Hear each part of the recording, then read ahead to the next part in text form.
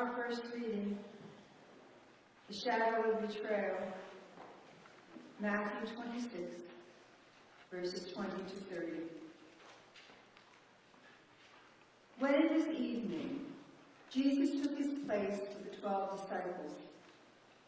And while they were eating, he said, "Truly I tell you, one of you will betray me."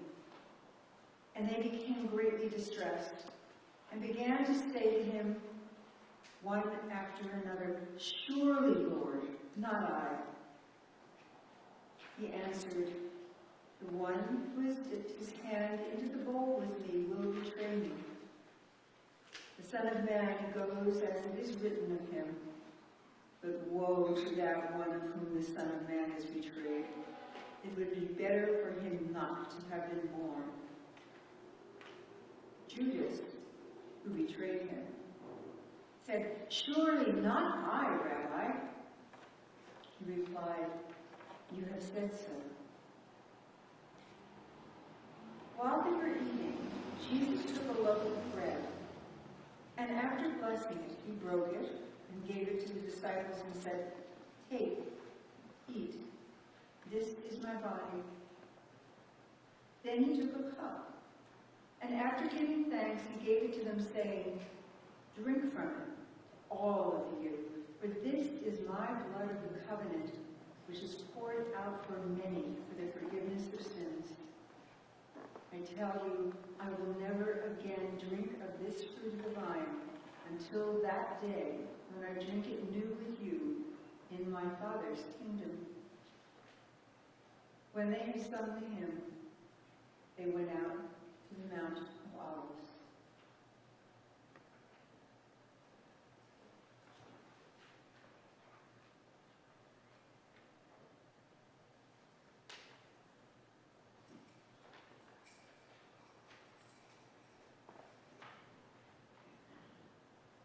The second reading, shadow of desertion, Matthew 26, verses 31 to 35. Then Jesus said to them, "You will all become deserters because of me this night, for it is written, I will strike the shepherd, and the sheep of the flock will be scattered. But after I am raised up, I will go ahead of you to Galilee." Peter said to him, "Though all become deserters because of you, I will never desert you." Jesus said to him, "Truly I tell you, this very night, before the rooster crows, you will deny me 3 times. Peter said to him, "Even though I must die with you, I will not deny you." And so said all the disciples.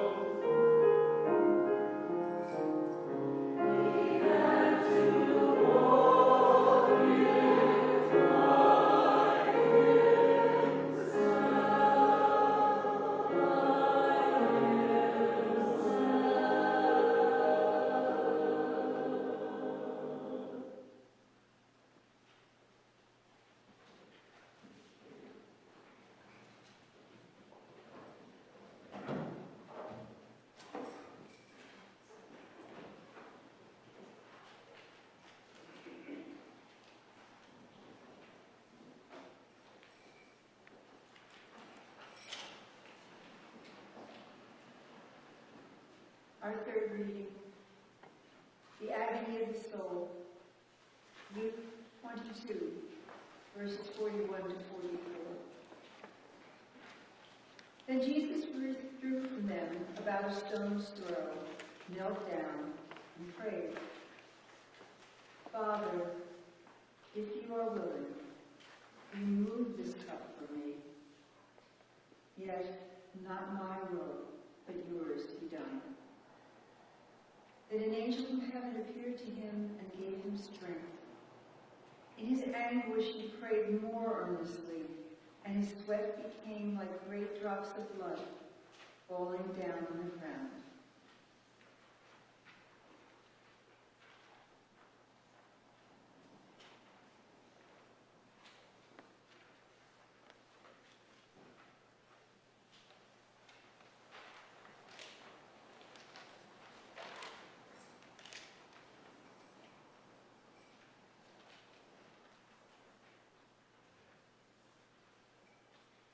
The fourth reading, the unshared vigil. Mark 14, verses 34 to 42. And Jesus said to them, I am deeply grieved, even to death. Remain here and keep awake. And going a little farther, he threw himself on the ground and prayed that if it were possible, the hour might pass from him.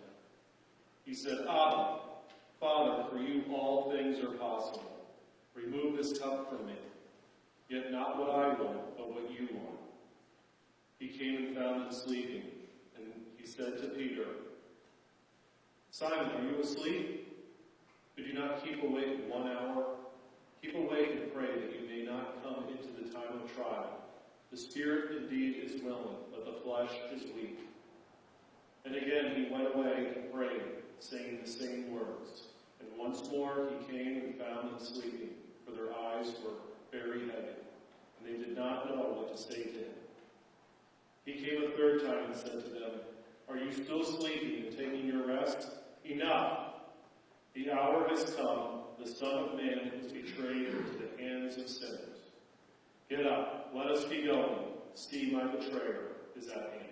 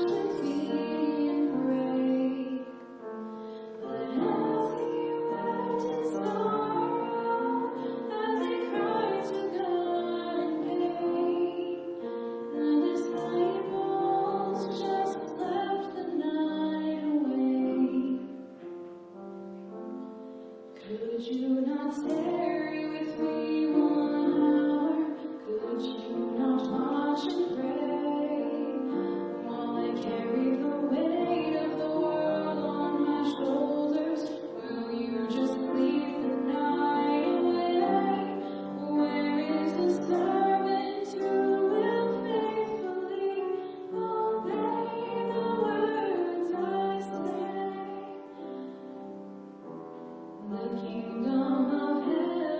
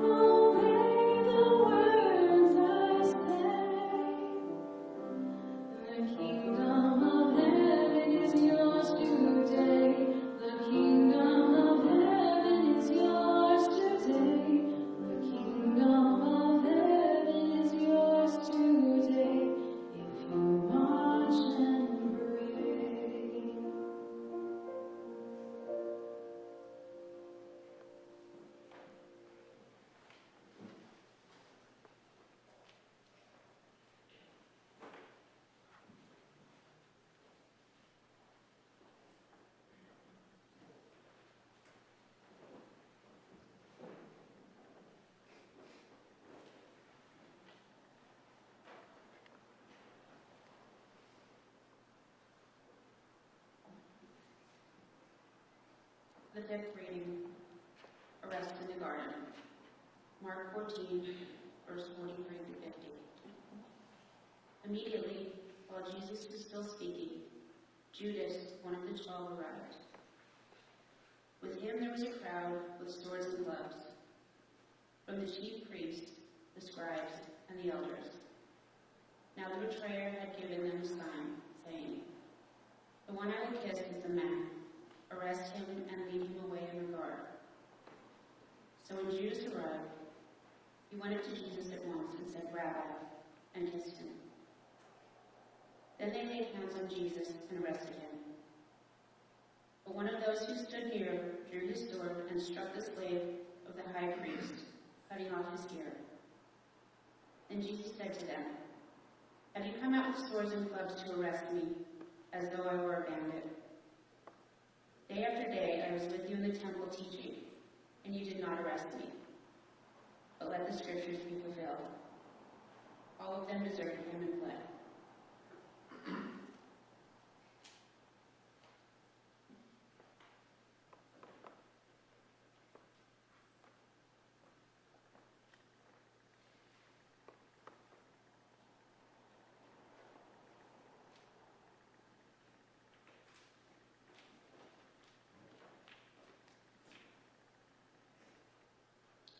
Jesus before the council, Mark chapter 14, verses 55 through 64. Now the chief priests and the whole council were looking for testimony against Jesus to put him to death, but they found none. Many gave false testimony against him, and their testimony did not agree.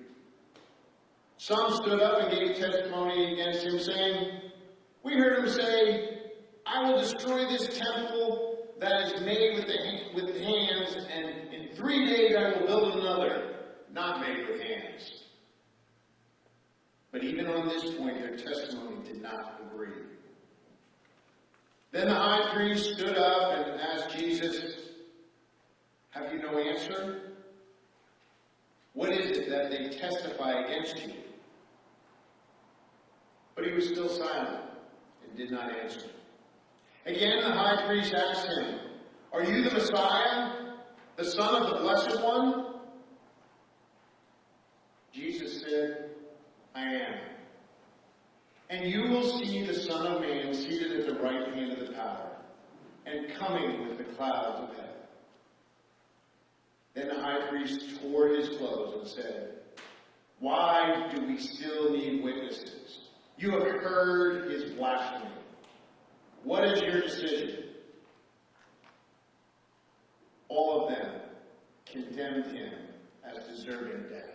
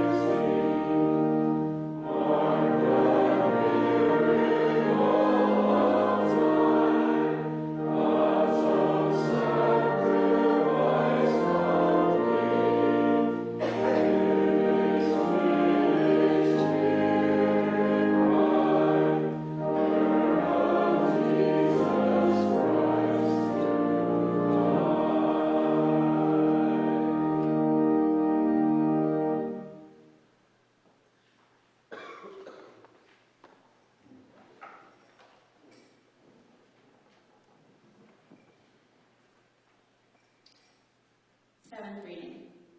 Jesus before Pilate. Mark 15, verses 1 through 5 and 12 through 15. As soon as it was morning, the chief priests held a consultation with the elders and the scribes and the whole council. They bound Jesus, led him away, and handed him over to Pilate. Pilate asked him, "Are you the king of the Jews?" He answered him, "You say so." Then the chief priests accused him of many things. Pilate asked him again, having no answer, "See how many charges they bring against you." But Jesus made no further reply, and Pilate was amazed. He spoke to crowds who had gathered. "What do you wish me to do with the man you call King of the Jews?" They shouted back, "Crucify him." Pilate asked them, "Why? What evil has he done?" But they shouted all the more, "Crucify him." So Pilate, wishing to satisfy the crowd, released Barabbas, another prisoner, and after flogging Jesus, he handed him over to be crucified.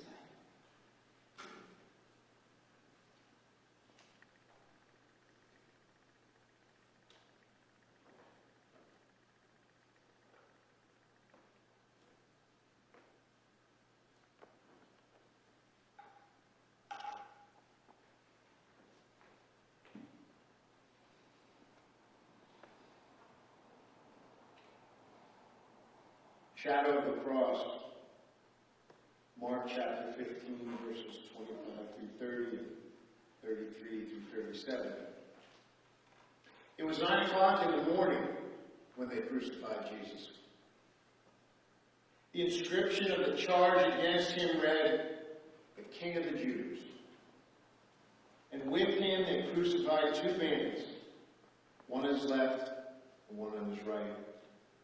Those who passed by deriding him, shaking their heads and saying, "God, you who would destroy the temple and build it in 3 days, save yourself and come down from the cross."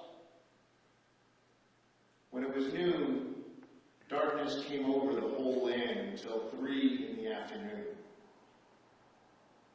At 3 o'clock, Jesus cried out in a loud voice, "Eli, Eli, lema sabachthani," which means, my God, why have you forsaken me?" When some of the bystanders heard it, they said, "Listen, he's calling for Elijah."